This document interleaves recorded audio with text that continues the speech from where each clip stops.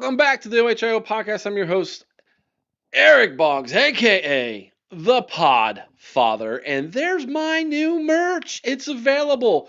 Just head on over to our merch store. You can do it right below in the link below this video, or you can go over to our website, theohiopodcast.com. Click on the store link. There you will find the Pod Father merch available. You've all been asking for it. You all been wanting it. It's there. The Pod Father has got his merch in store, and TG, the Wolverine Slayer, and the Buckeye Ladies will be in this week, ready for your purchase as well, ready for all the deals that are going to be coming your way starting Friday. By the way, tonight's episode is brought to you by a Place at Home Senior Care. If you have a loved one who's recently had a hospitalization, a stroke, maybe they're elderly and they had a fall, maybe they're dealing with dementia, a Place at Home Dublin provides all the home care supportive needs you're ever going to need, including bathing, dressing, mobility assistance, medication reminders, etc. And they can do it all from the comfort of your loved one's home. Give them a call, 740-472-8181, or go to their website, aplaceathome.com/Dublin if you're in Central Ohio. Check them out, everybody. This show is also brought to you by MyBookie. And let me tell you, they are running an amazing promo. This Thursday night, if you're watching football, the Thursday night game, if one team scores a touchdown, all they have to do is score a touchdown in that game, your bet, if you win, is doubled if you use the promo code OHIO. That's OHIO on the promo code for MyBookie, and you can double your earnings if you just see one touchdown scored in the NFL game Thursday night, a Thanksgiving night. What a massive promo that is. Make sure you take advantage of that, everybody, and head on over to MyBookie. Use promo code OHIO and take advantage of those amazing deals. Joining us this evening is no Buckeye Bill. Unfortunately, he had to work late, had to cancel. But we've got the home team, Chris. We've got Alex, the King Buckeye, and we've got the Schrock Star himself, Shaun. Welcome in this evening. Now, before we kick it around and we start to dive into Ohio State's 42-9 win over Rutgers, Shaun, you got to take your daughter to her very first Buckeye game. The floor is yours. Oh man, my sister saw that there was a couple of tickets for sale from a guy who has season tickets in our hometown of Marblehead, and she asked, since my birthday's coming up in a couple weeks, if I would like to take my daughter Ellie to her first Buckeye game as my birthday present. I said, "Oh yes." So my sister Amy Schrock, thank you, awesome birthday present. She even paid for a parking pass, so we were in the Sisson lot, so we weren't that far from walking from the stadium. So we had a blast. We sat in C deck, C21. We were row 8. One thing about my daughter is her mom is a Michigan fan. Uh-oh. And she has taken my daughter to a couple Michigan games at the outhouse up there. So I got to take my daughter to her first game in the shoe. And last night when we got back, she was talking to her mom, and she told her mom asked her, "Well, what did you think?" And she goes, "Well, I like it better than Michigan."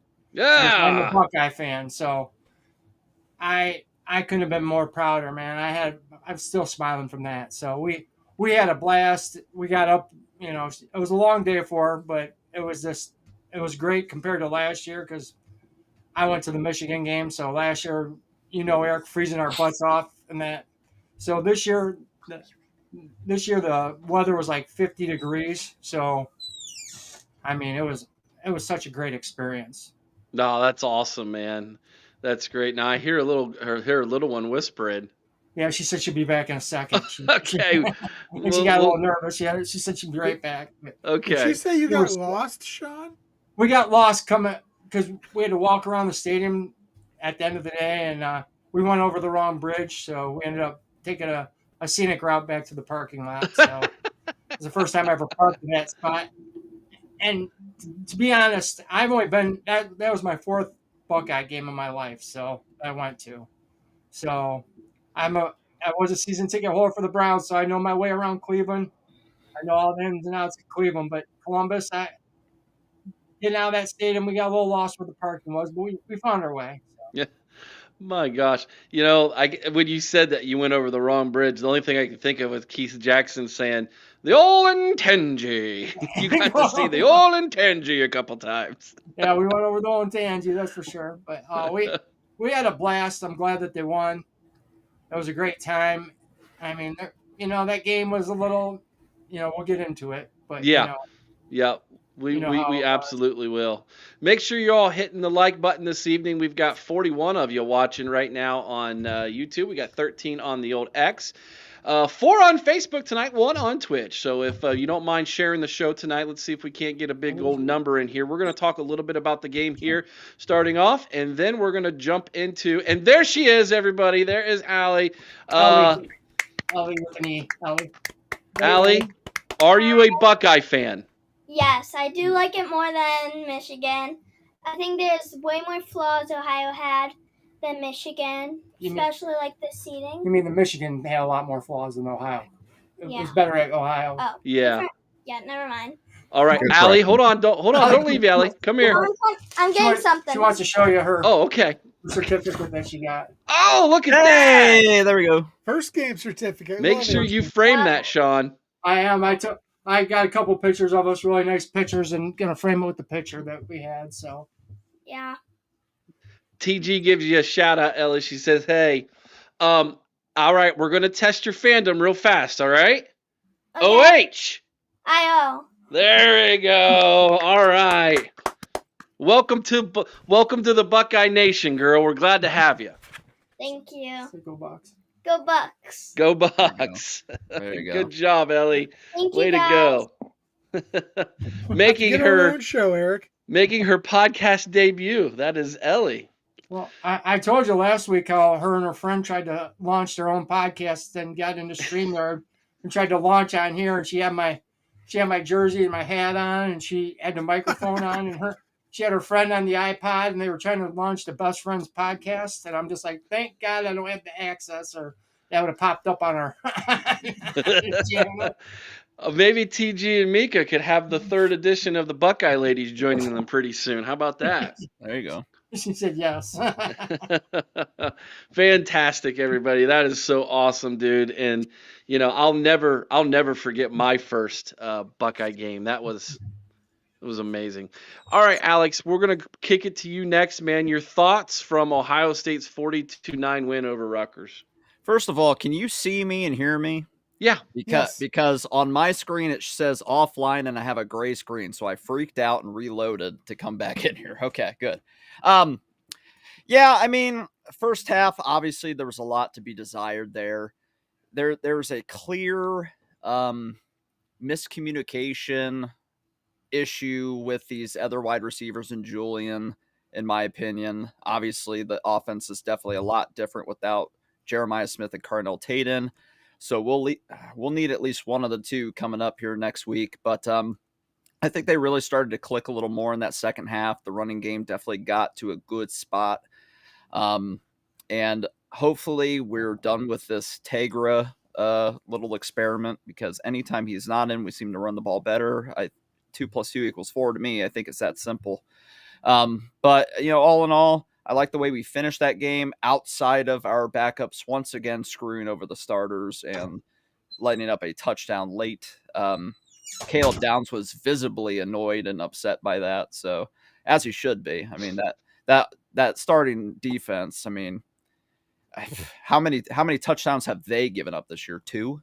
It seems like the last 3-4 weeks teams have broken in the double digits because of the backup. So frustrated for them in that respect, but none of that matters for this next coming weekend. So just a great way to finish off what a lot of people are calling the preseason for Ohio State. And now the real season starts November 29th. So just happy we got out of there with a win, no more new injuries, and see what we got. Chris? Yeah, for me, I gotta say, I was initially a little disturbed. Thought the offense looked pretty clunky in the first part of the game. Defensively, man, I don't think we got a lot to gripe about. It felt to me yesterday, Eric, that the Rutgers offense was really moving the ball well, and then you look at the stats and realize you guys haven't done jack. You know, so defense did what they were supposed to do, came up with some sacks, got a turnover, did a great job, closing down the Rutgers offense. Offense clunky, a little concerning. But as Alex said, I think they caught some rhythm there in the second half a little bit. So, all in all, I think this was a good tune-up game from the standpoint of a lot of guys got game minutes. Now, I wish Bart was here to talk to you about game minutes versus practice minutes, Eric, because that was such a wonderful conversation we had the other day. But, I'm with you on this one. They needed those valuable game reps, and they got them, and I thought that was a good thing. Indeed. It's one of those games where in the moment, I think you are agitated as a Buckeye fan because things don't seem to be coming as easy as we would like for it to at that moment. But let's not forget, for some reason, Greg Schiano can get under Ryan Day's skin so well. It's almost like the relative that that you can't stand to talk to at the family reunion, but he's going to be there, and you kind of prep yourself for it. And as soon as he or she opens your mouth, you're like, oh my gosh, it's like that to me is Greg Schiano and Ryan Day. But statistically, Chris, we dominated this football game. Yeah, it was insane. Yeah, but I also think, and I think Ryan Day actually admitted to this and alluded to it in the post-game press conference. His mind was already on Ann Arbor next week, and I so think that holds true for some of the players as well. Yeah, I think so too.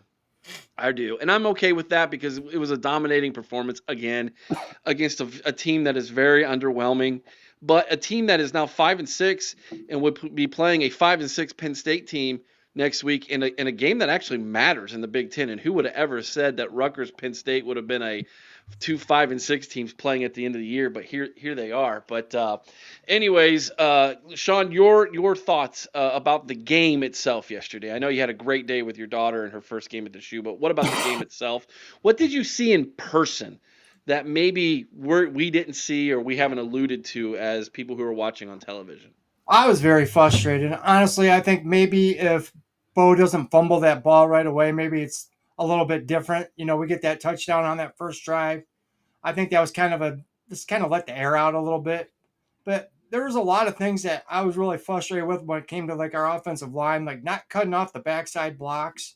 And there was always a free guy just running right through a gap and tackling Bo before Bo had a chance to get going. But honestly, in the second half, they made some adjustments. Sometimes during the defense, I know we really don't have much to gripe about, but there was times I thought they gave up they were giving them such a cushion that they were giving them like 2nd and 5 that they shouldn't have been given, just drive me nuts.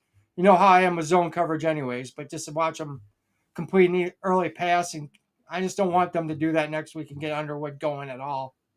So the defense, I think, they carried us. I feel bad, like Alex says, that our second string gave up another late touchdown, and you can see that they were, not happy with it. But we definitely need to. Taggart needs to go. I'm sorry. Yeah. So that's you and Alex both for one vote for not having him play next week against the team up north. Did I hear this stat right? I think I heard this right. This is the first time in Ohio State history since 1930 something that the defense has given up less than 100 yards rushing in 10 straight games. Did I hear that right? Yeah. Wow. The stat is something like that. That's insane. And let's be honest. Next week, and I don't want to get too far ahead of myself because we have to hand out Buckeye Leafs. 1936 is what we got there from Bobby Mack. 1936. If anybody is listening to this podcast who was born before 1936, let me know. You, my friend, will receive a special prize from us here at the OHIO podcast. That's incredible stat, man. Wow. Which might actually happen. Actually, did you guys hear the story that was told by Corey? Corey's friend walks into his old man's house, and he's an elderly fella, and on his TV was the OHIO podcast. He's like, "What are you watching, Dad?" He's like, "Well, this guy in glasses keeps yelling. He makes me laugh." There you go. You're well loved, Chris. We're You're well famous. loved. I'm well loved as long as it's not the state of Indiana or the state of Michigan. Yeah, Chris is getting some major hate from those two states right now, and Alex is too from the state up north right now on the shorts that we've been running. But it is what it is. All right, guys, let's dive into it tonight. Now, let's get right into our letter grade. Let's start with the offense first. Ohio State had only 176 yards passing, but there again, no receiver A and receiver, I guess, 2A. Rushing yards, 254. That's one of the better outputs we've had this season running the football for a total of 430 yards. 7.2 yards per play. Very good. 25 first downs. We were only 3 of 6 on third down because we only had 6 third downs, which is incredible. We didn't go for a fourth down all game. We possessed the ball for 32 minutes and 49 seconds. We did have the one bad turnover on the very first drive on the run by Bo Jackson on the goal line. That being said, let's go ahead and we will go counterclockwise. We'll start in the bottom left with you first, Chris. Your offensive letter grade. I wish I could go higher given the fact that the running game really looked pretty good, but I still got to go B minus. We are way too clunky without those two starting wide receivers, and we allowed them to get 4 tackles for loss. It seemed like when we were running the ball, it was either all or nothing. Bo was going for 12 yards or getting tackled for a 3-yard loss. We got to eliminate those tackles for loss. So I'm going to go B minus, but honestly, the running game deserved better. Gotta hand it for Troy. Always, I don't know what it is about Troy that he just he makes me laugh. Talking about 1936, the Hoover Dam was completed. Notre Dame actually beat Ohio State for the last time ever. True. Facts. The Buckeyes had a great run, D, all in 1936. If you ignore the nonsense in Europe at that time, it was a pretty good year. There was something going on in Europe that year? Apparently, yeah. Alex, your offensive letter grade from yesterday. Yeah, I know Chris hates Notre Dame. Shout out to the Ohio State women's soccer team for upsetting Notre Dame in that tournament. That's great. Like Chris said, the running game is so great yesterday. I love seeing that. I hope that doesn't get in Ryan Day's head. Hey, maybe we should try running the ball and out rushing the team up north of it next week and completely getting away from our actual identity on offense. But it's definitely a plus to see them do that. But the passing yards just weren't there. I don't know if it was because it was senior day and Ryan Day was trying to get some seniors in there, like Adolph. I saw him more on the field yesterday than I've seen ever, really.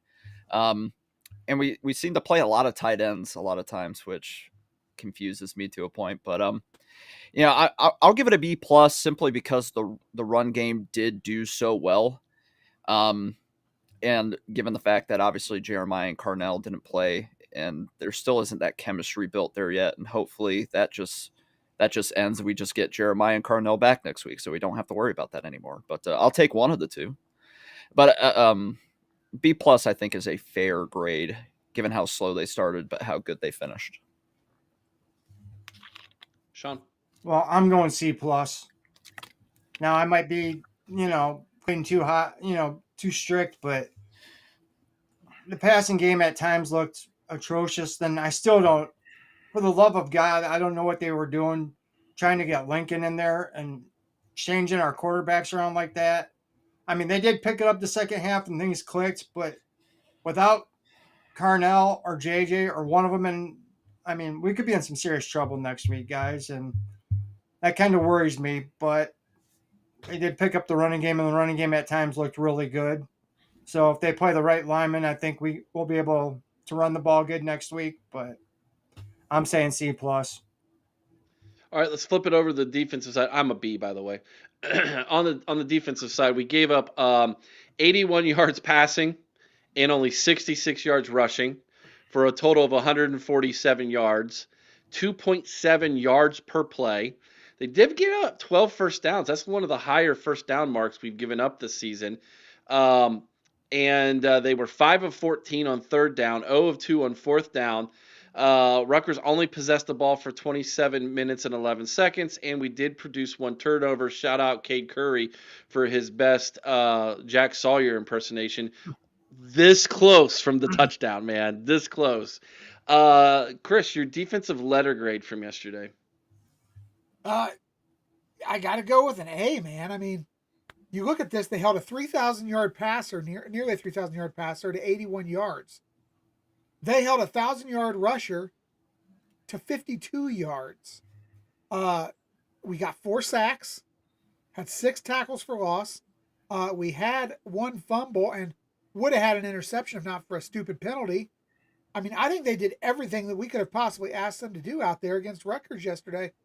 I got to go with an A for this defense. The only reason it's not an A+ is because our backup screwed the pooch. All right. Here we go. I already know where Alex is going to go with this one. He's going to give me 2 letter grades. Go for it, King Buckeye.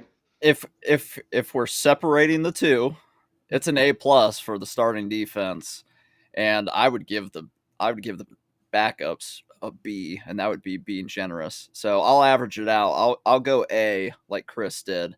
I hate to ding the starting defense because none of this is their fault. We got guys like Devin Sanchez who just really needs a lot of work and stuff like that. But I'll give them an A. They should have held them to 3 points. Honestly, that could have easily been a shutout if we did a few things different. He's right. We should have had 2 turnovers. Poor Igbinosun went up and gave the ball to somebody he knew, I think, and then goes, "Oh, somebody screwed me out of an interception." It was funny though. That sucked. Who do you think he gave the ball to? Is that his mama? Maybe, yeah. Because people forget a lot of times his brother plays for Rutgers, so that was their last game against each other yesterday. Oh, so, I didn't even think about that. That's right. So she was probably definitely there, I imagine. So, but of course he got screwed out of it. Well, she got a free football. That's all that matters. But yeah, is Jermaine Matthews the new Igbinosun? God, he was getting pretty handsy yesterday. Twice. Yeah. He got called twice. Yeah, one of them was like, really? The other one was like, all right, whatever. But yeah, I got to give him an A. I want to give him an A+ so bad. Please let next week be the week I can give him an A+ just by dominating Matt Patricia, just stunting all over him, making all those Lion fans hate him even more. Ugh. Shaun. Well, guys, I agree with Alex. I say A. The only thing that doesn't say A+ is the backups, and that's 2 weeks in a row. They kind of screwed our starters, but hey, man, what a great job they did. I really don't have much to complain about, except maybe I think they play zone a little too much at times. But if you're only going to give up that many yards to a team, I'll take it. I really just being being too picky there, but that's just me. So. But guys, Shaun loves the zone. I know. Oh yeah, you can probably hear me screaming a mile away. But I tell you what, guys, one thing I think would be interesting, and I hope that they do next week, is I hope they keep Matthews at the slot corner. I want him playing slot because it doesn't seem like Lorenzo might be playing the way he got. Yeah, he got hurt pretty bad, and that's a recurring injury for him, by the way. Yeah. If Matthew goes to slot, I believe Devin Sanchez is on the corner then. Then I would put Iggy on Marsh and put Devin on another receiver then. So, we had 2 turnovers. Sanchez had 1. Did he? He picked off the 2-point conversion. Yeah. That's not a turnover, though. It's not technically a turnover. Right? I thought it counted as a turnover. I don't think so. I think it counts as a stop. It's not a turnover. Okay. It's like a fourth down turnover. It's a stop, if I'm not mistaken. Well, I don't know, then. let me look at team stats. Let me see if it Well, I got the team stats right up here already. Yeah, I could be wrong. I've been wrong many times before, trust me. But I was under the impression that It does not give an interception credit to Ohio State. Yeah, it's a stop. That's what I thought. Okay. I was like, man, shoot, But I missed don't that. get that because you can return it. You can return it, but you only get 2 points. yeah. That's true. So yeah, it's one of the weirdest. It's one of the weirdest rules in football, in my opinion, is that if you get a interception, a pick six, if you will, on a 2-point conversion, you only get 2 points. To me, that doesn't make any sense at all. But whatever, you know. Anyways, moving on. Okay, let's go with our Buckeye leaves, guys. Here we go. Let's jump into the Buckeye leaves. This is going to be interesting. I was giving the totals to Chris earlier where we're at this season so far through 10 games, and surprisingly enough, guys, it will be an unbelievable, amazing performance by someone if we catch the record 30 Buckeye leaves is the record for a season right now. I don't think we're going to come even close. But anyways, here we go. Let's go ahead, Chris, and we'll start with you. Your offensive player of the game. Tegra Shaboy. No. Okay, Bart. That's what Bart would say if he was here right now. He'd say something like that. From away. No. This one's very, very difficult. But I think I got to give it. I told you yesterday I was going to give David Adolph if he would have caught a touchdown, but he didn't.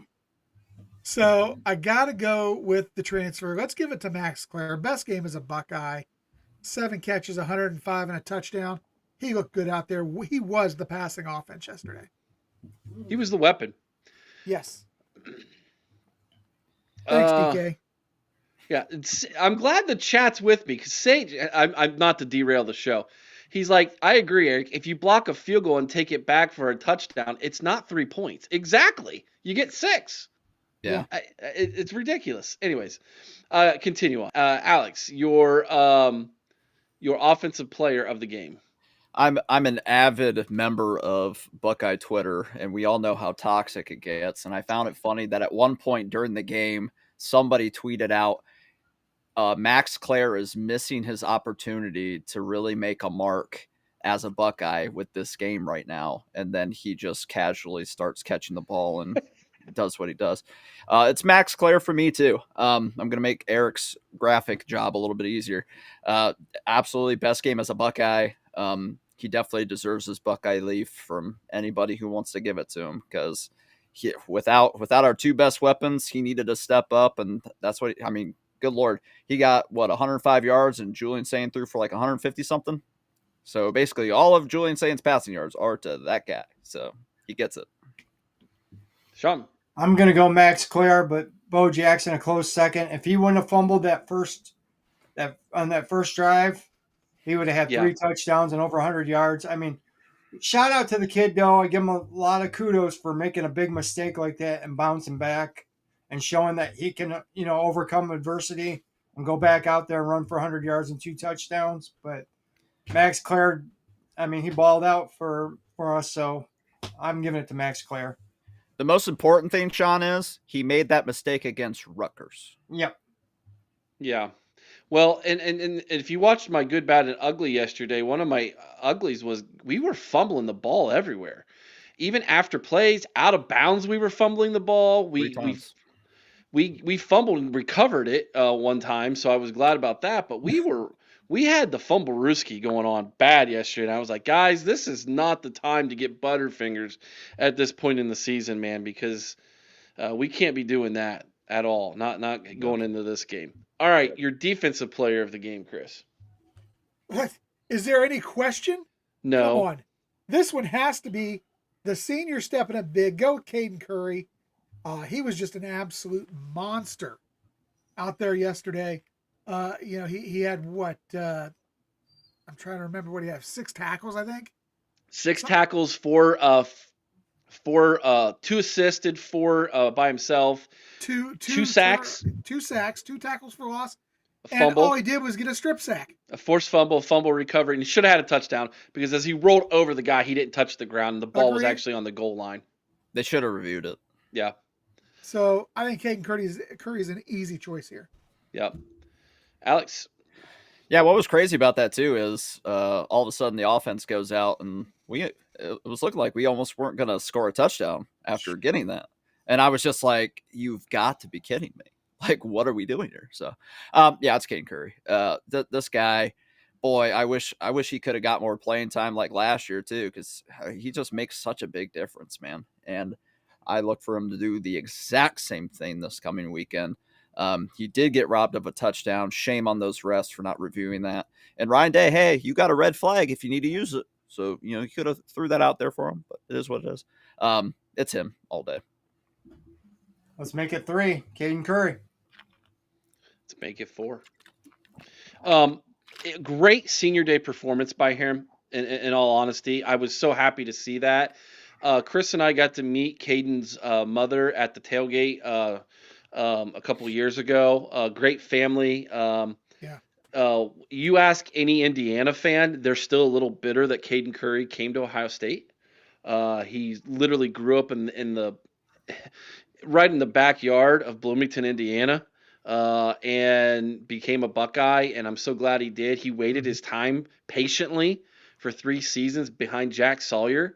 Got little playing time and really could have went to any place else in the Big Ten and probably been a starter in year number 2. But he waited patient, getting his time, and is probably going to be, what do you think, a day 2 pick, Alex?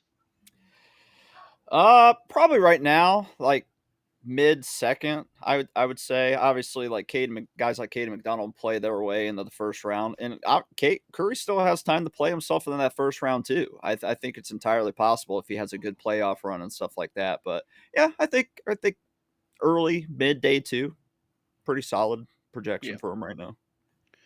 Bobby Mack, that is not the first time, and it's not even the first time this season. We've done this twice now, I believe, this season, where this has happened. So, hey, Eric, not to interrupt, but we've got 50 watching roughly on YouTube right now. Only 28 likes, guys. Refresh your browser. I just brought it up. Oh, okay. It's down to 48. We'll refresh it again. Now hit that button. Do it. Hit the button. What did I call it the other day in a video? Accidentally bucking. I was like, easy enough for me to say. There, I got us to 30. There you go. Thank you, Alex. You're on the show. You didn't even like it. What? I don't have it loaded up. Yeah, I do it after the show. Okay. I don't want to be on my phone during the show. Fair enough. Fair enough. Yeah, fair enough. All right, guys. Well, that offensive play of the game. We got 2 more to go. You're killing me, Eric. You're killing me. What? Offensive play of the game. There's a couple good ones to choose from, but I like Brandon Ennis' touchdown catch. That was a perfect throw by Sand. Ennis got the extension. I'm going to go with that one. Alex? I might have to echo that just because I feel so bad for Brennan Ennis. I mean, he was the guy I said was going to be like a secret weapon in his offense this year, and he's really screwed the pooch on that for me. Not entirely his fault, though. There's a lot of plays he's wide open, and Julian just doesn't get it to him because he goes through his progressions a little too fast sometimes. And, he built that chemistry with Tate and Jeremiah way more. So hopefully, he starts to see Ennis a little more. But, yeah. Just a beautiful throw, beautiful catch. Love it. I'm going to agree with these guys. I mean, that was a beautiful catch, and that's easy, Eric. Easy peasy for you. You guys and that's twice that he's made catches like that for touchdowns this year. So you can't discount. I mean, there was a lot of good play.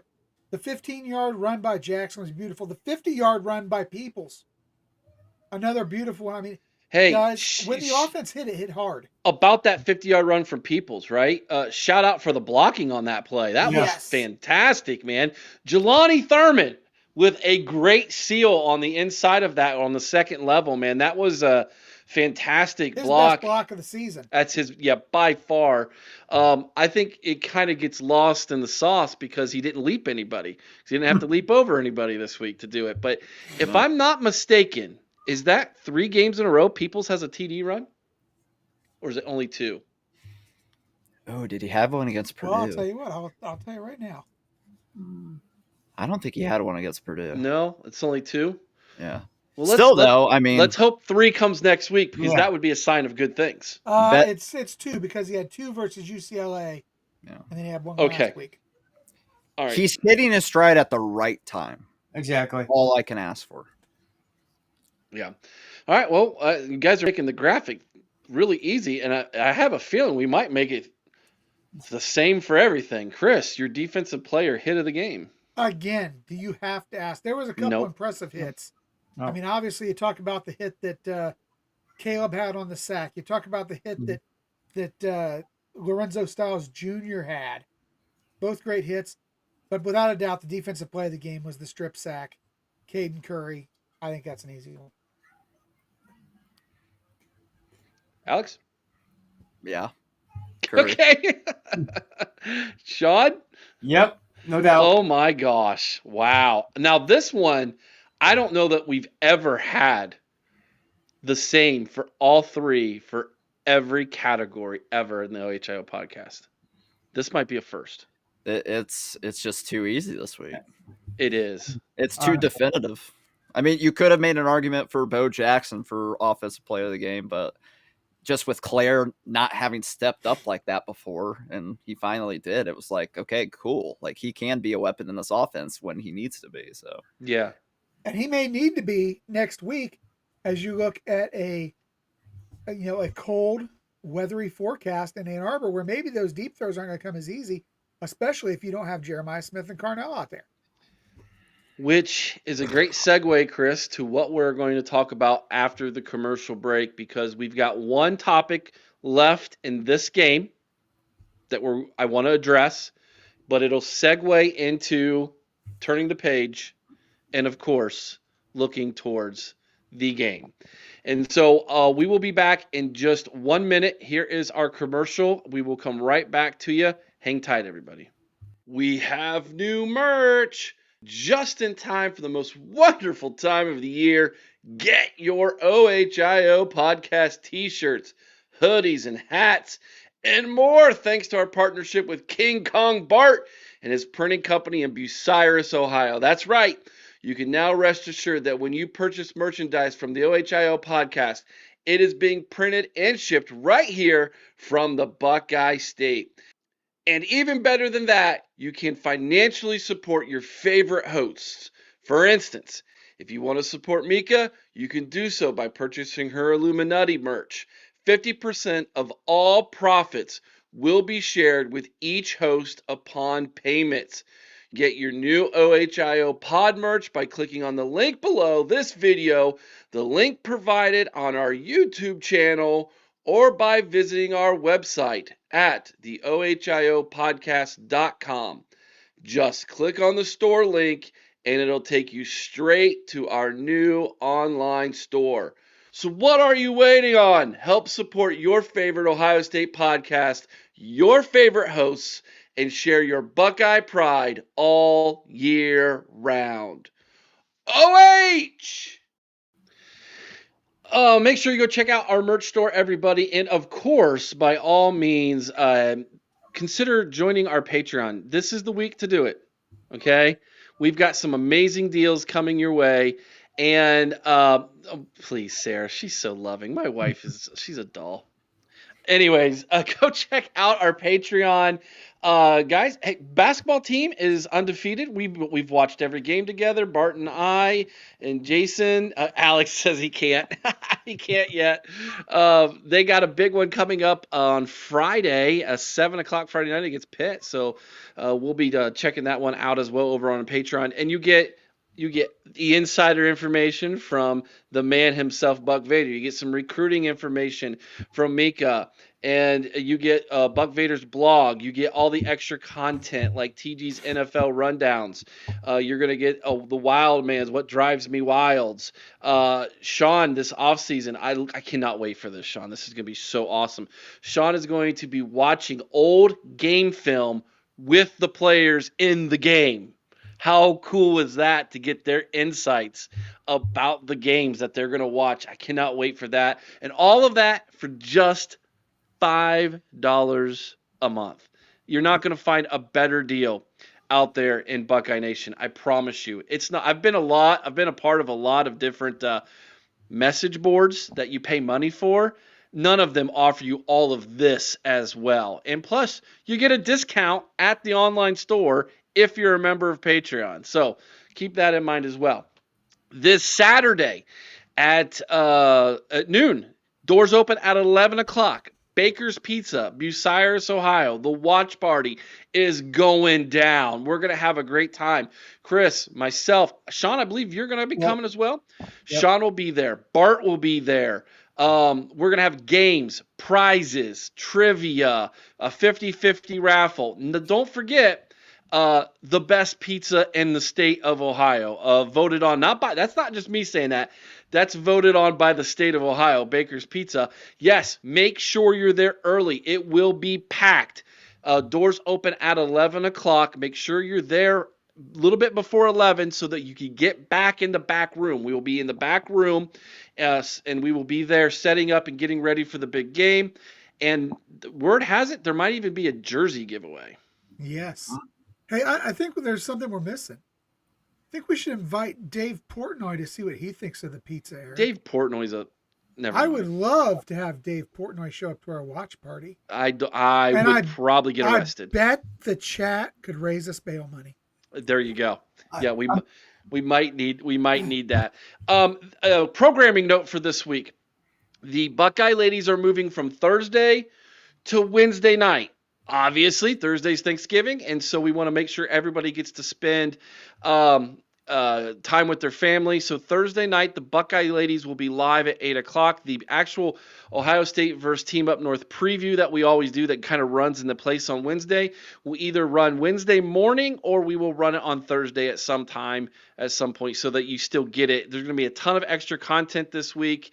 So make sure you're on our YouTube channel. You ring the bell, get notified anytime we drop new content so you don't miss it. But Buckeye ladies will be moving to Wednesday evening at 8 o'clock. Shaun, you have a huge guest this week as well. You want to talk to everybody about that? And I just talked to him tonight, and I tell you what, I talked to him for about a half hour, and oh my Lord, what an honor it is to talk to him. One of the best Buckeyes ever. We're going to have a Hall of Famer from the 1968 championship team, Mr. Jim Otis. Wow. The fullback. And let's just say I was talking to Jim's sister, Jeannie, who's really cool too, but she said that she was going to reach out to a couple other members of that team, and maybe down the future we might be able to have a couple of those guys on also. So, wow, awesome. So I can't wait. Yeah, that's awesome, dude. So, yeah, make sure you guys go. Make sure you're there. That'll be Tuesday night, 8 o'clock on the Buckeye Lounge with Shaun and TG. Tomorrow night is the call-in show. I might have someone join me tomorrow night on the call-in show as well. Tuesday at noon is the Ryan Day's press conference. We've been covering the press conferences. We do it a little bit different. No one does it the way we do it. Someone's going to copy it eventually. They always do. But we give live reaction in the middle of his press conference where I push pause and give you my thoughts, take your thoughts, and then we continue on with the press conference. It makes it kind of fun. It's a little bit unique to do it, but that'll be happening at noon on Tuesday. I think that's everything. Just make sure you're connected to our social media so you get all of everything that's going on this week, because it's the biggest week of the year for Buckeye fans. All right. I started a comment earlier because it was something that we were going to talk about, and obviously they are talking about it in the chat as well. This is Nick's comment. The whole rotating Lincoln and Julian was dumb in my opinion. I couldn't stand it. All right, let's talk about it. Chris, I'll start with you. What the heck was that? Why were we doing it? What's the thoughts behind it? This is the last thing of that game we're going to talk about. Go for it. You know, I'm not real sure what he was going for. Was he going to try to put something on paper that might just give the team up north something else to worry about? Was it the fact that we were having some offensive rhythm struggles? Maybe he was trying to jumpstart something. Was he trying to take advantage of Lincoln's mobility? Was he just trying to get guys more snaps? I don't know, but to me, it was maybe the worst idea that Ryan Day has ever had, next to that game plan from the team up north game last year. I don't understand when you've got a guy like Julian, who is a Heisman contender, who is one of the best quarterbacks in the game. That's the man you need to worry about getting into a rhythm. If you're far enough ahead that you can switch over and put Lincoln in, that's fine. Put him in the game. But you can't establish rhythm with either one if you're constantly switching them in and out. It's just, it's chaotic and it's idiotic. I have not had a negative thing to say about Ryan Day this year. This is the first negative thing I've really had to focus on. And it bothers me. It bothers the hell out of me what he was trying to do there. He wasn't trying to manage player health. He wasn't trying to I don't know. I don't know what he was trying to do. It just confuses the hell out of me, Eric. And as much as I made fun of you yesterday, it frustrated me just as much as it frustrated you. Oh, well, thank you for admitting that finally. Alex. I'm trying to like put myself in his shoes here and think about the advantages of it. I mean, Lincoln has speed. We know he has speed. He ran pretty decently yesterday. I think he had like 3 attempts for 30 some yards. So it's not like he can't be a weapon. And Day has said it before, right after he lost the job to Julian, he said, we're still going to need Lincoln. He still can be a weapon in this offense. And if it's a short yardage situation and you don't have 1 or 2 of your best offensive weapons on the field, maybe you use that. And I think just the thought process of it was Rutgers, you can put stuff in like that against the Rutgers and still win the game. Maybe that was it. Maybe it was because he knows there is no chance in hell that Lincoln is back next year. He's probably going to transfer and, give him a shot in his last home game to be effective for the offense. Who knows? But that can't happen next week. Julian needs to be the guy in the entire time unless we're so far ahead that Lincoln can come in at the end, which would make me smile so hard seeing our backups get to play against the team up north because we just beat the brakes off them that bad. But I don't expect that, of course. But it confused me as well. A couple times it worked, a couple times it didn't. So let's just try not to have that be a thing next week. Okay. I think the Natural's onto something here. Day was thinking about how many times Howard had big 3rd and 4th down runs in the playoffs. The other teams have to respect the pass when it's the backup. What happened last year that we all scratched our head about was when Howard went down with the injury, right? Yep. Was he practicing that? I just thought of that. Was he saying, I need to get Lincoln ready to come off the bench and run a play immediately that's successful if there's an injury? Now, that would make sense. That just came to me. It's fair. All right, chat, what do you think about that? Do you think I'm on to something there? Shaun, what do you think was going on? Shaun, you're muted. Okay, can you hear me now? Yeah. Okay. 2 things could have been a possibility there. Just trying to put something on paper to make Michigan practice for it. Or, every year, at least Trussell and Urban did, they always had something special for Michigan. Maybe there's a play that they can bring Lincoln in, that they got a trick play that they're going to run off that. Maybe they're setting it up for something.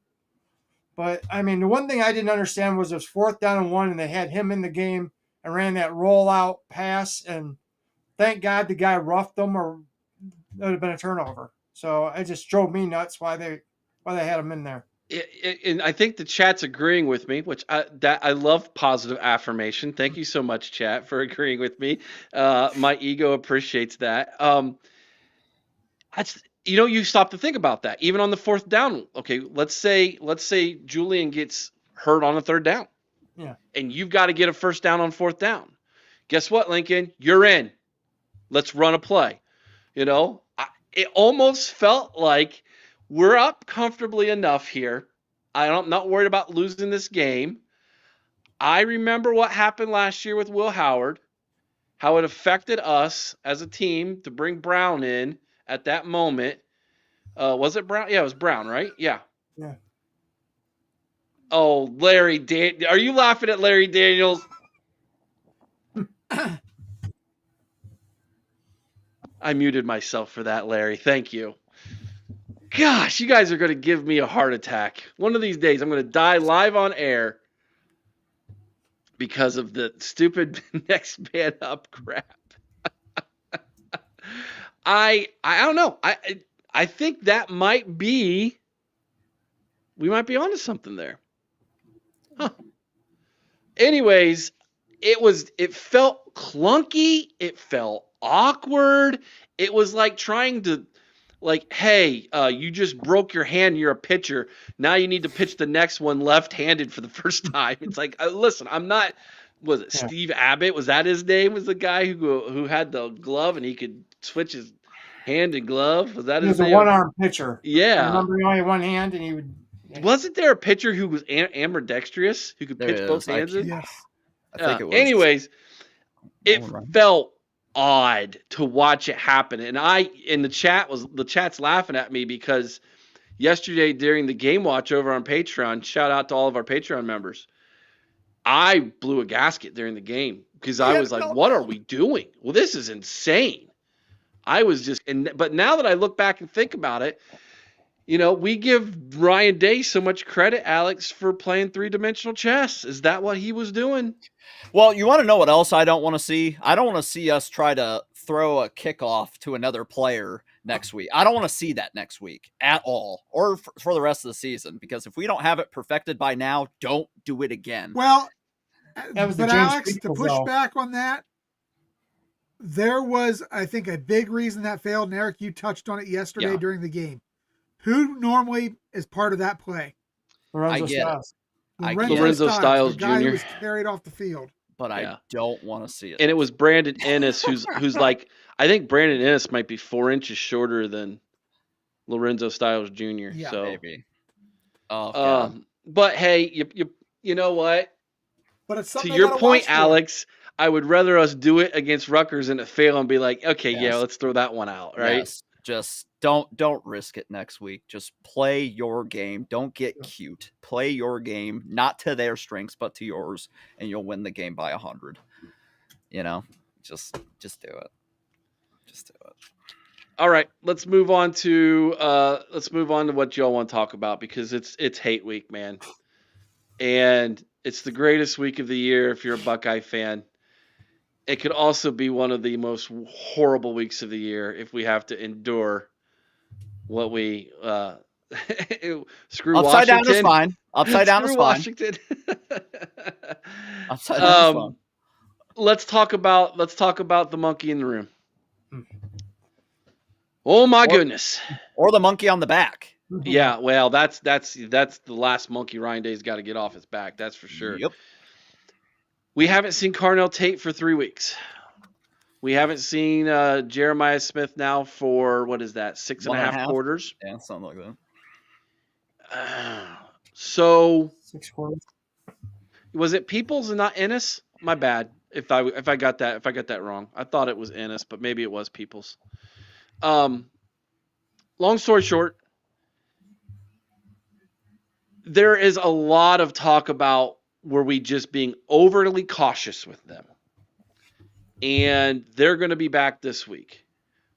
Maybe they're not. I want to ask this question first. And again, we'll go around. Chris, will start with you. If they are not playing on Saturday, does that change for you how confident you are about this game? And if so, why? I think you'd have to be a fool to think that you could be as confident if you are without Smith and Tate. Now, this I've said. I think if we have Smith, we can survive not having Tate, although I don't like it. To not have Smith, I think is just it's scary. To not have the best offensive player in the game of football on the field, or the guy who's another guy who's potentially a top 10 as far as the offensive players of football go. To not have those two guys on the field is absolutely scary. Both of them missed Rutgers, and you saw what happened and how clunky the offense looked. Now, that being said, I think we were onto something yesterday with Max Clare. If you look at the other plays we had great success with, David Adolph, and he had a couple. Brandon Ennis had a couple catches. They were all those mid-range passes. I think that we actually have the basis of somewhere to go if we don't have them. I think that our run game is better, but I'll tell you right now, I think we have a problem as well if we're also missing Padilla still. Because that having Tegra in there against a good defense is going to hurt us in the run game. We can lean on this run game if our receivers are out, if we have the right guys in there blocking. So is my confidence level wavered? I still believe Ohio State wins this game. But I think I've got reason to sweat. A little reason to be concerned. Now, if we hear that Smith and Tate are both playing come Saturday, I'll be the first one to go out there and put down Ohio State by 3 touchdowns. But without those two guys, it's going to be a close game, one I think we can win, but one that I'm definitely sweating a little more about. Alex. I had us losing 2 games preseason. Texas in this one. They shocked me by beating Texas, and honestly, we should have shut them out, to be honest with you. But we got a guy this year that we didn't have the last 3-4 years, and his name is Matt Patricia. Or this week, his name is X at Patricia because we're Xing out the M. He is the difference maker for me in this. After that first year with Knowles, I was never confident with him in any big game. And last year his unit didn't do too bad, but they let up that run towards the end of the game for Mullins that really killed it for us. Matt Patricia just has this defense playing so much different. And I just like with Ohio State basketball, I'm still like, you got to show me. They got to show me Saturday. Because until they show me, I'm just going to have to revert to what I used to be able to do. I used to be able to look at this game and be like, well, we're 1-0 to start the season already. And now I have to be like, well, maybe we're 0-1 to start the season. I don't want to have to be that anymore. I just want to see us beat the tar out of them. And I think Matt Patricia will have Bryce Underwood in absolute hell next week. I really do. And they're starting to get this weapon in that Andrew Marsh. That's a guy to look out for in this game. I don't think they have as good of tight ends as they've had in the past. And they might be down to their third string running back. They're without Haynes, and they might be without Jordan Marshall. So if we're without our top 2 wide receivers, hey, I guess that brings it even, right? We lose 2 of our bits of strength. They lose 2 of their bits of strength. So something's got to give. And I think Matt Patricia is the guy that's going to be the X factor for this team. So while my confidence is low because of the last 4 years beating me to a pulp to make it that low, Matt Patricia gives me a glimmer of hope. And I think he is going to be the reason, and it's going to be the best reason, because all we heard about all offseason was, what a horrible hire. He was so bad for the Lions, so he's obviously going to be bad for Ohio State, which never correlated, but Wolverine fans, they like to make anything that doesn't correlate. And just for him to be the biggest reason that we beat the team up north this year, it's going to be pure poetry. And I cannot wait to shove that humble pie down each and every one of their throats when we win. Shaun. I think the great thing that makes it even sweeter too is if we beat them, we knock them out of the playoffs. Mm. I Say mean, it again, Shaun. Say it again. when we beat them, we knock them out of the playoffs. Hallelujah. Watch them cry like they ruined my high school years back in the 90s with John Cooper. I'm still bitter about 1996, so I'll never get over that game. But I think Alex has a great point here. I think the X factor is Matty P and what he can do with that defense because Bryce Underwood, he's going to see things he's never seen before. And I think Matt Patricia hasn't even got into 50% of his bag of tricks yet. So I think there's a lot of stuff they've been holding back. And I think last week, man, they just wanted to get through the game, make sure no one else got hurt, and let's just get out of here. So hopefully, I mean, even if JJ comes back and he's not 100%, even if you can use him as a decoy, that'll help. But man, I'm gonna be a little worried. I'm not gonna lie. If those two guys don't play, I am gonna be worried. I mean, I'm 46. We lived through the Cooper years. A lot of us did. So, and after what happened the last 4 years, guys, I'll never take this game for granted again, unless Jim Tressel or Urban Meyer come back. Until that comes back, I'll never take a Michigan game for granted again. So, I still like our chances, but those two don't play. It's going to be a lot tougher than what we expected. In my opinion, I think Jeremiah Smith is 100% going to play. I don't think Carnell Tate is. That's just my opinion. What I heard, this is what was on the radio before the game, is that Carnell Tate, they're more worried about Carnell because he has a calf injury. Yeah. And they're worried about it becoming an Achilles injury. Yeah. So that's what they really are scared about. So I don't know how true that is, but that's just what was being said. Flashes of JSN. Yeah. Nightmares in your head.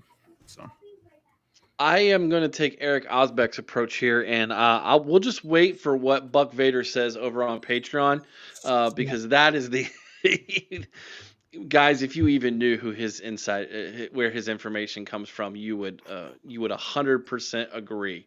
Yes, we will take what he has to say. If we do not have them, I am worried. I am worried that Ryan Day will take a similar offensive approach, and he might have to, in all honesty, after what I saw from the wide receivers. And I know a lot of people were like, hey, why didn't Mylan Graham play in the first half? Because he wasn't allowed to play in the first half. Again, shout out to Buck Vader's information over on Patreon on what he did and why he got, I guess, suspended for a half. So you want to talk about like literally throwing away your opportunity right there. And then you got Quincy Porter out with an injury as well. And so then you have Adolph coming in as senior day, getting a start in his last game as a Buckeye. There's a thing that dreams are made of. Last home game anyways as a Buckeye. The offense looked clunky. The passing game looked rough, to say the least. Running game looked better, but Rutgers might have one of the worst running defenses in all the Big Ten. And you put all of that together, and it's not what you wanted to see as a Buckeye fan going into the biggest week of the year. And so I can't help but to be like Shaun. I lived through the 90s. That was my childhood. I am scarred from going into games against that team with the best roster in college football, ranked number 1 in the country, and you're thinking, yeah, we got this thing, and then we don't have this thing. And it's the one thing holding Ryan Day back from being considered at this point the second greatest coach in Ohio State history. Is his record against the team up north. I've said it before. By the time he leaves here, it has to be a winning record. Doesn't have to be. It's not going to be perfect. Obviously, it's not going to be 7-0. But Woody was like 16-11-1 or something like that. 16-11-2. I mean, his wasn't the prettiest because he had to play his former coach that ended up taking everything he learned from him and using it against him. Obviously, so. But he's got to get a winning record, and it starts this year. Starts in 6 days. Get it done. Yep. I mean, hey, Earl Bruce was only 5-4, but hey, 5-4 is It's 5-4. considered, So winning record. Yeah, exactly. And I agree. That's what Ryan Day has to have, is a winning record. He doesn't have to have a tremendous record against Michigan, but he has to have a winning record, and he really needs to add another natty to this trophy case, and that solidifies him at number 2. I did like Ryan Day's approach immediately following the game and what he was saying. We're playing for hardware now.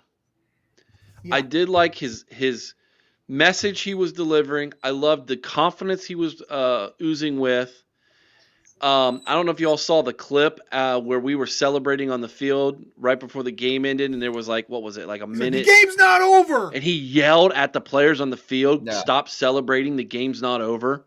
Yeah. The dude he is so lasered in right now. And I love that. And Alex, you know what? I don't pretend to know all the X's and O's of football. I didn't coach the sport, like I did basketball and things. So I don't sit here and be like, oh yeah, I believe what you say about Matt Patricia. I believe that guy has taken this defense and he is taking it to another level that I have not seen as a Buckeye fan. Even the defenses we had back in the 90s, which there were some really doggone good defenses back in the 90s, even they weren't like this. Yeah. That 06 one was really good too, and they showed that on the graphic, like the points per game given up through 11 games, and the 06 defense is on there, and this one's even better than that. Yeah. Here's the thing. Great point, Lee. Listen, we beat Rutgers. Rutgers beat Maryland. I'm not impressed with what they did up in Maryland. I get it. You throw all of that out this week, it doesn't mean anything. Well, if you remember last year, they looked like crap all year. And then the week before they played us, they beat the brakes off Northwestern, and it was like everything started to click for them. And they came in the shoe, and I will go to the grave saying we beat ourselves, because I truly believe we did. But on the scoreboard, it was 13-10 them. So it doesn't matter. That they looked really great yesterday. I'll give it to them. But we can't allow that to phase us. I liked what I saw from Ryan Day too when he got interviewed after the game. They said what game's coming up, and he had a good smile on his face. I think he is lasered in, and I'd like for that to translate to the field, but we'll see. That is a great question, Bart, and one I think we should address next Sunday if we get there. Let's not talk about it tonight, because I don't want to go beyond what happens after Saturday. But that is an interesting idea to talk about. I don't think it would happen, because I think that they can. What was I going to say here before? Okay, great. Here's a good question from Hugh. I'm not going to finish your last name there, buddy. Hugh says, is this the best team we have played this year? I'll start and we'll go around. No, it's not the best team we've played this year. That's Texas so far. I still think Texas is better than the team up north. Overall, Manning withstanding, okay? I do think Texas is still the best team we have played this season. That was game number 1 and Julian Saint's first start ever at quarterback for Ohio State. Chris, is this the best team we've played this year? No, Eric, I'm with you. I think Texas is number 1, and I'll tell you right now, Texas, if they go out and beat A&M, has a legitimate argument to be a 3-loss playoff team. I don't like it, but I'll tell you what, I'd put them in over some teams. Not going to go down that road right now, because I'm not going to beat a dead horse.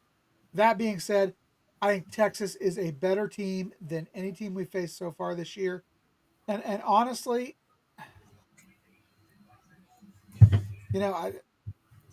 Michigan hasn't really shown me anything. They have not shown me anything fabulous this year. I mean, and you can talk about their running game, which with Justice Haynes and Jordan Marshall is phenomenal. I can't take that away. But they are now in a situation where you've got a quarterback who's still only completing 60% of his passes on a year,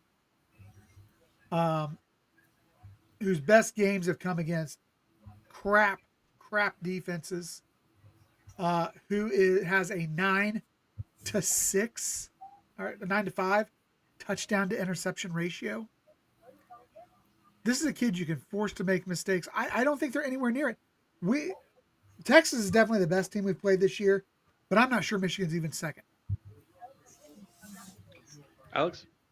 The defensive game plan, I think, is going to be very similar to Washington, but with a lot more spice to it. Because obviously, Matt Patricia, he's learned very quickly the importance of this one. So we're going to run the same type of thing. Because obviously, Bryce Underwood, he's going to try to run on us, and we're going to have to be ready for that. But as far as I agree, I think Texas is still the best team we played, even though their defense, as of recent, has been very roller coaster-ish compared to what they should be. Not sure what's going on down there. They've really upset me with losing to Florida and all that. 'Cause they beat Oklahoma, and I was like, okay, maybe they're turning it on, but they're still a 3-loss team. I don't. The only way you're a 3-loss team and you get in the playoff is if you win your conference or there's not enough 2-loss or less teams to put in. Outside of that, you do not and even then, you don't really deserve to be a 3-loss team and play for a national title. I think that's just rewarding losing at that point, but that's a whole nother conversation. But if Texas and Team Up North faced off, I would take Texas by like 7. So yeah, I think Texas is the best team we've played so far. If you look, Texas beat the brakes off of Oklahoma, and Oklahoma stomped Michigan into the ground. I mean, any team besides Washington that's had a pulse. I mean, Michigan. That's probably Michigan's best win is Washington. If you look, Northwestern and Purdue outcoached them guys big time. They just they just didn't have the talent to stack up to Michigan. I mean, if one touchdown doesn't get called back for Northwestern, they win that game. I mean, Nebraska too. I mean, my gosh, you got outcoached. I mean, there's no reason why at all that we should lose this game. I'm sorry, their coaching is terrible. Their quarterback play is horrendous. I mean, I know we might be down a couple guys, and maybe might not score 40 points like we usually do, but guys, that defense shouldn't give up more than 10 points to these guys, honestly. True. Obi asked a question here I want to get to real fast.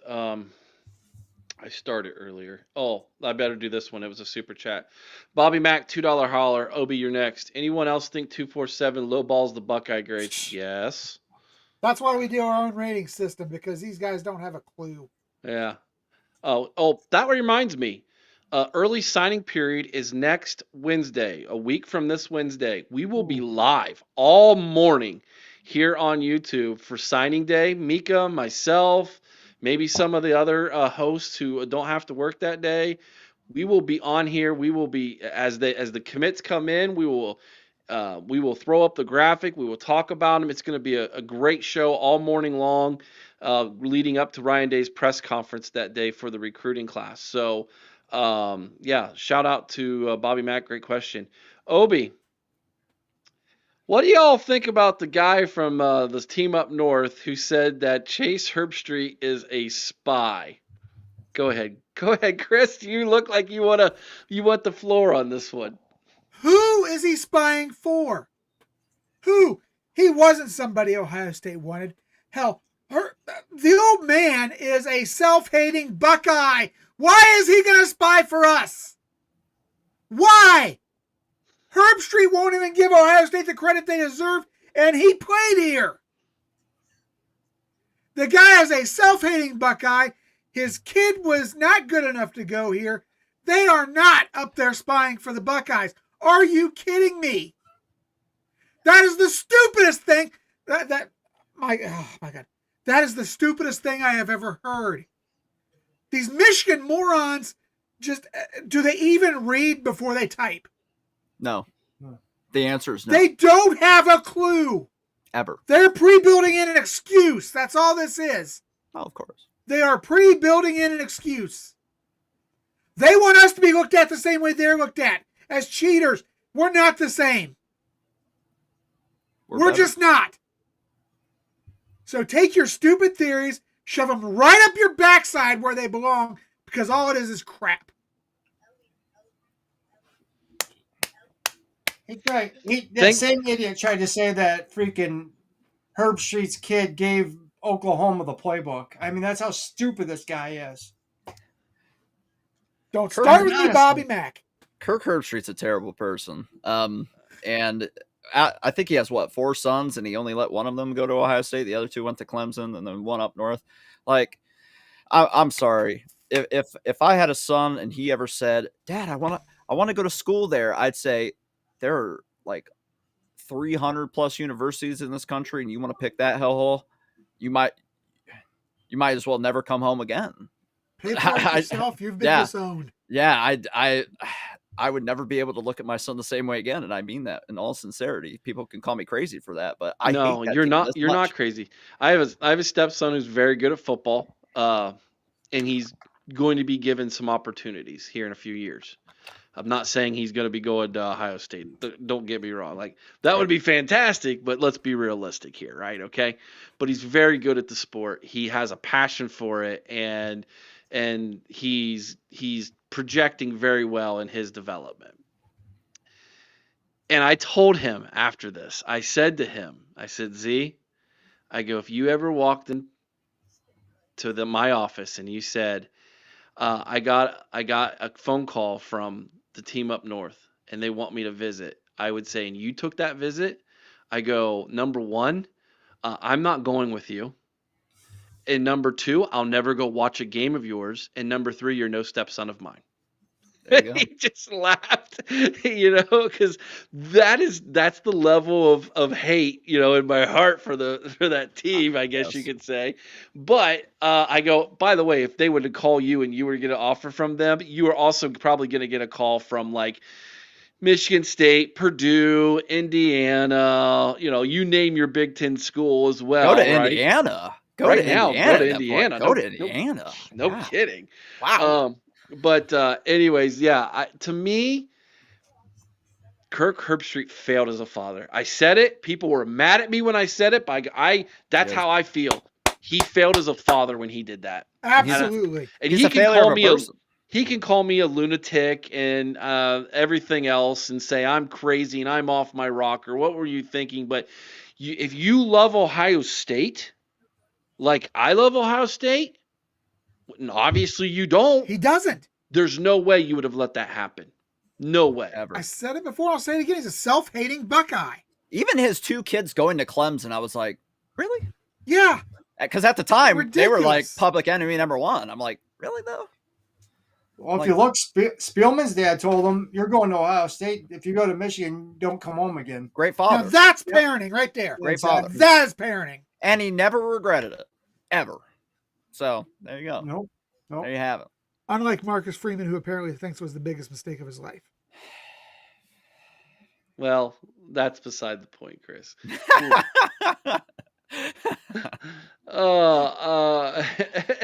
Bobby Mack, speaking to that, I'll take Freeman over Herbie. How about you? Freeman and Herbie deserve each other. He wants you to choose. He wants you to choose, Chris. I won't there take was Herbie, either there one. was Gary Moeller. So, I mean, Gary Moeller was a traitor too. So Benedict Arnold, yeah. We got a few. I might take Jim Harbaugh over either of them because those two should know better. What? We got a few of Benedict Arnolds. Gary Moeller, obviously, Bo Schembechler. He didn't play here, but he was and that's a really good point, Nick, is Desmond Howard. I can't stand the guy. I think his football takes are stupid. But you got to give him credit for this, dude. He supports his alma mater way more than Herbie does Ohio State. Now, there's recently Joey Galloway's been getting some hate for a couple comments. I was watching the college football show on ESPN at the very end of the day. That it plays early in the morning on ESPN2, I think. And they got to the game, and Galloway said, "We ain't even talking about it. Ohio State's going to kill him." I was like, "That's it, baby. There we go. Finally, someone on ESPN said it the right way." It was like, dude, come on. I'm a Buckeye. What are we talking about? Here we go. Here's the one. I'm going to take Feinbaum. Oh, my gosh. No way. Because as much as I hate him, You're At insane. least he came out and laid out the truth about Notre Dame. So, well, and he's a notorious Jim Harbaugh and Michigan hater, so I can agree with that. I can agree with that. So of those three, Feinbaum's the man. I like Freeman though. Yeah, I agree, Obi. Herbie goes over the top trying to be unbiased, Yes. and because of that, He's overly biased against it makes him look bad. Yes, 100% agree with that. Don't you remember him crying last year when they won the national championship, and he was just crying away? He cries and about Those everything. were crocodile tears. He cried during COVID. Remember that? He's a great actor, for sure. Okay. Let's go to our next topic. Great. And listen, I know that the chat's been throwing some really good topics in there, but we need to hit these before we call it a night. Thank you so much for everybody who's watching. We've been hovering somewhere around 120 to 125. Make sure you hit that like button if you're here and watching and can do so.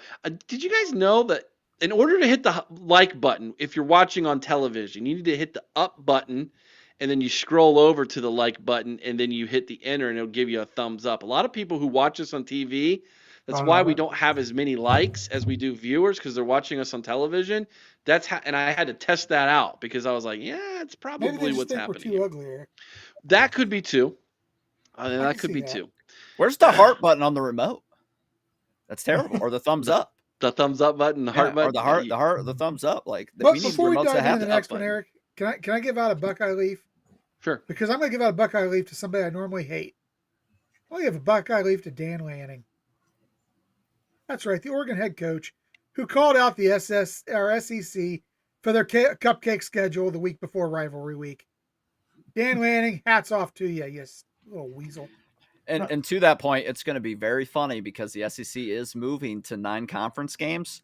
It's going to be real interesting to see how many less of them make a bowl game, how many more of them have like 3 to 4 losses this time of year, except, when they don't have that free win to fall back on. Well, they're gonna make sure that they take the Kurt Signetti approach to the non-conference scheduling. I cancel all the big games. Yeah, I would not be shocked if the Alabama-Georgia games with Ohio State get canceled. I'm gonna hate that so much. I'm looking forward to those. But you know what? Why wouldn't you do it? Why wouldn't you cancel them? Because you don't get rewarded for winning them. Let them be the ones to cancel them, though, so we can be the ones that bark at them and say, "You're scared. You're scared." Yes. Yeah. If it was Gene Smith, you all know exactly what he would have done, though. Oh, they'd be canceled by now. Yeah, I'm surprised they even got scheduled. To be honest with you, but all right, let's do this here. Let's talk about the game I know we have been, but I want to dive in a little bit here with this. When Ohio State wins on Saturday, it'll be because why, Chris? Because Ryan Day stuck to his game plan and did not sink down to trying to play Michigan football the way he did last year. He did not let it get inside of his head, and he held true to himself and what this team is. Okay. Alex. 2 reasons. 1, Matt Patricia, obviously. And 2, if what the players say and what everybody says about Ryan Day after this natty, when they say that he has a different look in his eye and he has a different confidence about him, if that's all true, those would be the 2 reasons we win. Because if he pees down his leg again when he sees those colors across from him, it's 5 in a row. He's got to stop getting in his own way. He's his own worst enemy, and he has been for the last 2 years. And my theory is because of and a lot of people want to say they cheated in 2023. Listen, they got caught before then. I think we just beat ourselves personally the last 2 years. That's my opinion. But they did cheat in 21 and 22, and I think that got in his head so much because of the score differentials of those 2 years that the last 2 years he's just been like a deer in the headlights. If he's got that confidence now after winning the natty, he will get this win and get that monkey off his back. And I've said it on the show before, and I'll say it again. You might not see him lose this game for a long time if he wins this Saturday. Before you answer, Shaun, I gotta the Penn State. Penn State Sports Talk. It'll be because they don't have Jim Knowles. I hope you guys beat Rutgers. I really think if you guys make a bowl game, that would be a fitting, good way to end what was a horrific season. I can't root for that, man. I can't root for it. I got to root for Rutgers. Either way, it's a Big Ten team getting in a bowl game. But man, after what happened to Penn State, I got some Penn State buddies. Kyle Golick, a guy who I really respect a lot. I feel for him. I just want to see him make a bowl. Shaun, when Ohio State wins on Saturday, it will be because Matt Patricia, and I think that we don't make the mistakes that we've made the last couple of years. And I agree with Alex that Ryan Day is not going to be in his own head this year. Last year, I think he tried to out Michigan because he wanted to prove a point. I think the point he sees the point now. I just need to win the game. I don't care how I do it. I just got to do it. So he's going to take advantage of our advantages, and we're going to win. One more key thing. Do not, under any circumstances, let this be a one-score game going into the fourth quarter. Get a lead. Get a 2-score lead going in the fourth quarter. They will panic. Because Moore said it himself. He said, we got them to the fourth quarter, and it had it close, and then we drug them into deep water. Stay out of the water. Just get ahead.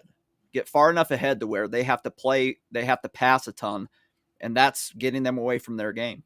Don't let them be able to run it in the fourth quarter to beat us. Don't let them hang around. I mean, and you never know when you're going to miss a field goal like last year, or you're going to get a bad call. Yeah, but I mean, the ref didn't call the holding call. I mean, there could be a funny bounce to a kick, man.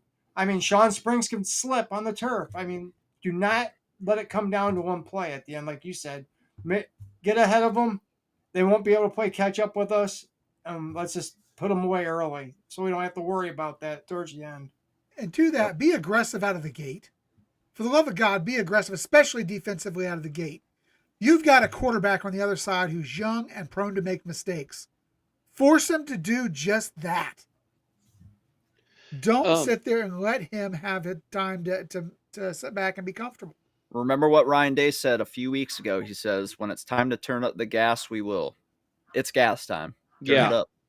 Unfortunately, I think when he meant to say we're going to turn up the gas, we also didn't have our 2 horses to run with us on it too. So we were losing a little bit of horsepower on that.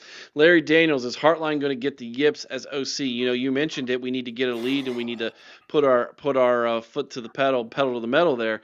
This will be Hartline's first time calling plays against the team up north. Is this good or bad? Or are you indifferent, or it's wait and see? Chris, your thoughts? I kind of like it, actually, Eric, and this is why. Hartline's an Ohio State guy. He has as much hate for that team as we do. And you want to try, they always say you want to leave the emotion outside. I think this game is different. I think the emotion is what drives you in this game. And I hope that he has the urge to, as the quote famously stated, hang 100 on him. And I hope they move in for the kill, and I hope they don't stop. I hope they just pound and throw and just light these guys up. And I think Hartline is going to be willing to do that. Maybe more willing than Ryan Day had been in the past. Whether it was the fact he was too nice, whether it was the fact he was too conservative, whether it was the fact that he was caught up in his own head and trying to play Michigan football. I don't think Brian Hartline's going to have that problem, because what do you think Brian Hartline's going to do if you look him in the eyes and say, I need you to play Michigan football? He is going to absolutely snap.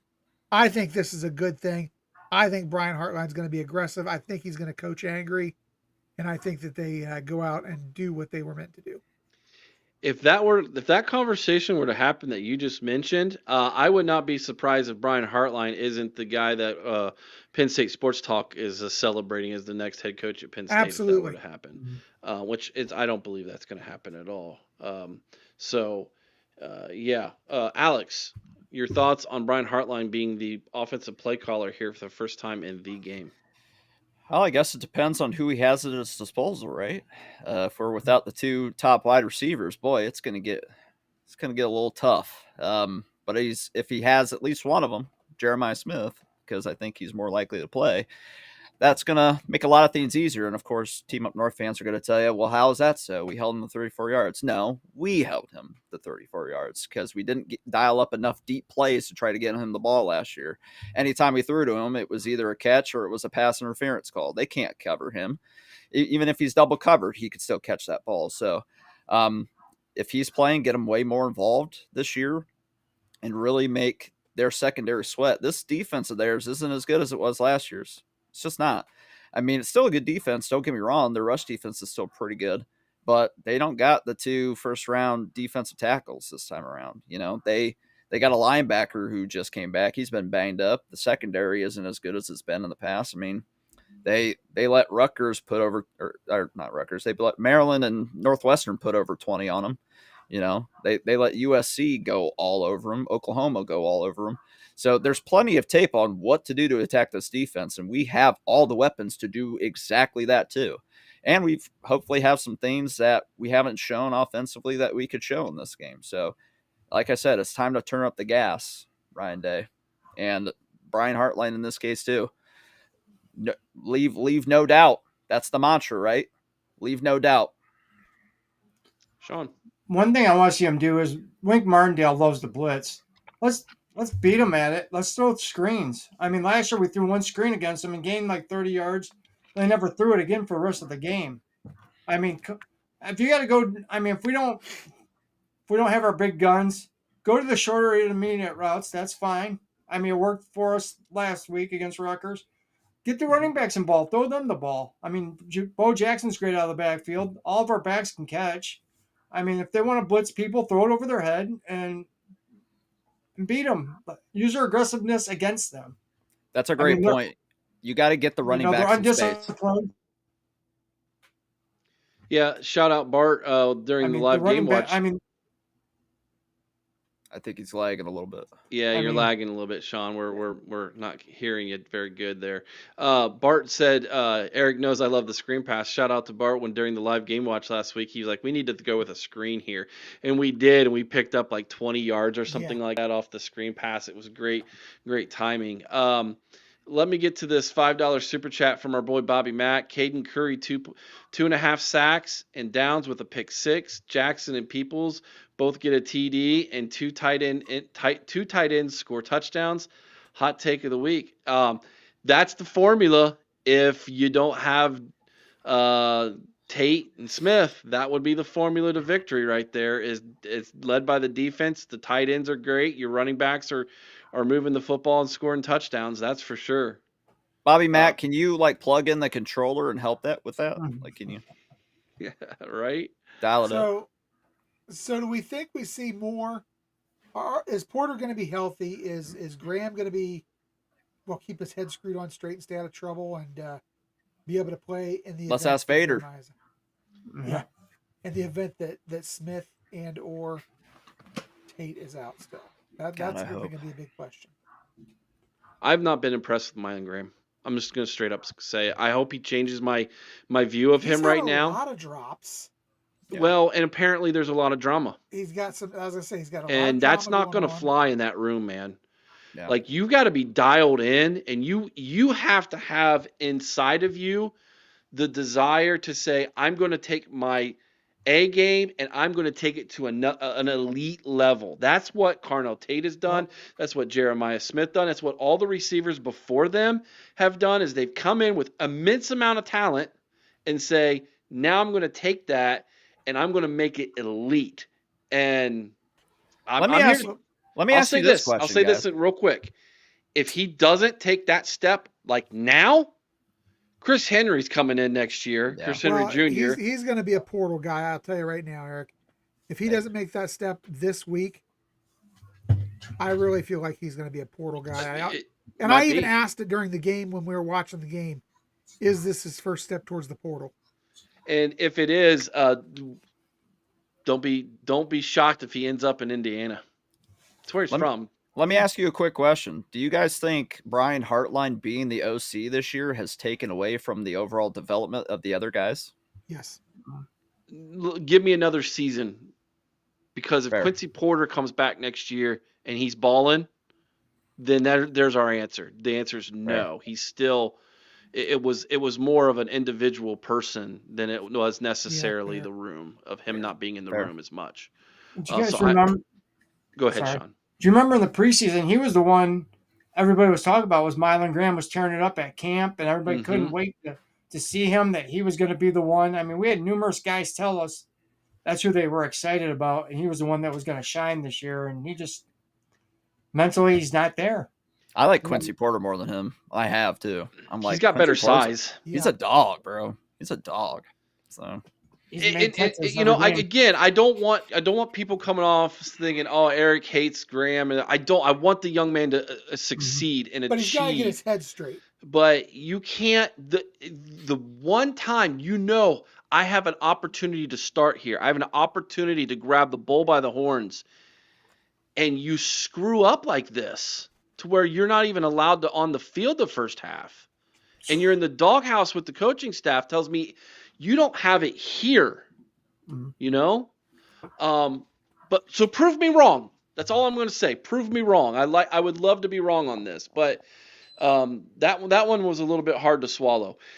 Great question. We will find out more, obviously, about that during the off season. I think that remains to be seen. Don't forget, everybody, tomorrow night is the call-in show. Chris has got a video for you in the morning. Tuesday night, we've got the Buckeye Lounge. Jim Otis will be joining us Tuesday night. Wednesday night is the Buckeye Ladies Show. They're going to get you ready. We'll have our Ohio State versus the Team Up North preview for you here. Tuesday night over on Patreon is the Ohio State basketball game. Friday night over on Patreon is the Ohio State basketball game. We might even watch Nebraska versus Iowa over on Patreon on Friday as well. So have yourself a little Thanksgiving leftovers and hang out with us on Patreon. Saturday is our game watch in Bucyrus. Plus, here on YouTube, Corey will be calling the game Saturday here on YouTube. Maybe he can get a couple other people to join him as well, because Chris, myself, and Shaun will be in Bucyrus, Ohio at the game watch at Baker's Pizza. Did I miss anything, fellas? I think you nailed it. I don't think so. All right. We appreciate all of you so much for joining us. 70 people on YouTube right now watching us. Great number. We appreciate that. Make sure you hit the thumbs up on your way out if you don't mind, everybody. Go check out the Patreon page. Big deal coming this week for you on Patreon. If you're not a member, this is the week to do it, man, to join. So make sure you go check that out. And of course, if you're a fan of us, one of the ways you can support us other than joining Patreon and becoming a part of our community is to go buy our merch as well. Go check out the store over there. Thank you so much, everybody. We will be back tomorrow with a video. We will be back tomorrow night with the call-in show. We're going to be here all week long except for Thursday. It's Thanksgiving. And I might even shoot a video for Thanksgiving as well. I think Chris and I are going to actually pre-record Saturday's video for Saturday morning, because we'll be on the road heading to Bucyrus. So that will be available to you. So much content coming your way this week, everybody. And I want to hint this. This guy and that guy know about it. Big news. I will be revealing at the end of the week, but we had a great opportunity presented to us about a month ago. I've been in negotiations with this company, and this podcast is being taken to another level. And so we're super excited about it. Don't worry, it's not going to change a whole lot. It's only going to just make us bigger and better. So we're super excited to share that with you. But I got to wait till the end of the week to do that. But really, really looking forward to sharing with all of you, our fans and our friends and our community, what you all have been able to help us achieve here at the OHIO podcast. And it's going to take us to where my vision and my dream has been, hopefully, and we're on our way. Enjoy the game. If I don't see any of you or talk to any of you before Saturday, enjoy the game, everybody. Live this up. You are a fan of the best team in college football, who has the best rivalry in all of sports, and this Saturday, We get to finally right some wrongs. I can feel it in my bones, everybody. Enjoy the week. God bless you. Be kind to one another. I owe someone's OH. Sing Carmen, Ohio with all your heart. Till next time, you all know what to do. OH. IO. Oh. Go Bucks. Go Scum Bucks. still sucks.